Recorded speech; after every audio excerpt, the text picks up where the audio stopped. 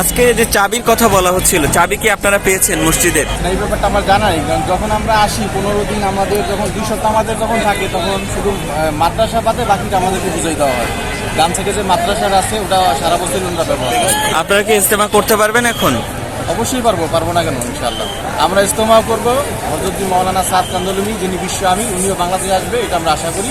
সরকারের কাছে দাবি জানাইতেছি যেন ওনাকে বাংলাদেশে আসার সুযোগ করে দেয়, কারণ উনি কোনো সাধারণ ব্যক্তিত্ব না, উনি পুরা তাবলীগ জামাতের আমির এবং উনি পুরা দুনিয়াতে সফর করতেছেন, কোথাও কোনো বাধা নেই। বাংলাদেশে কিছু মানুষ এই কাজটা করতেছে, একটা তাবলীগের একটা অংশ প্লাস হেফাজত মিলে আর কি।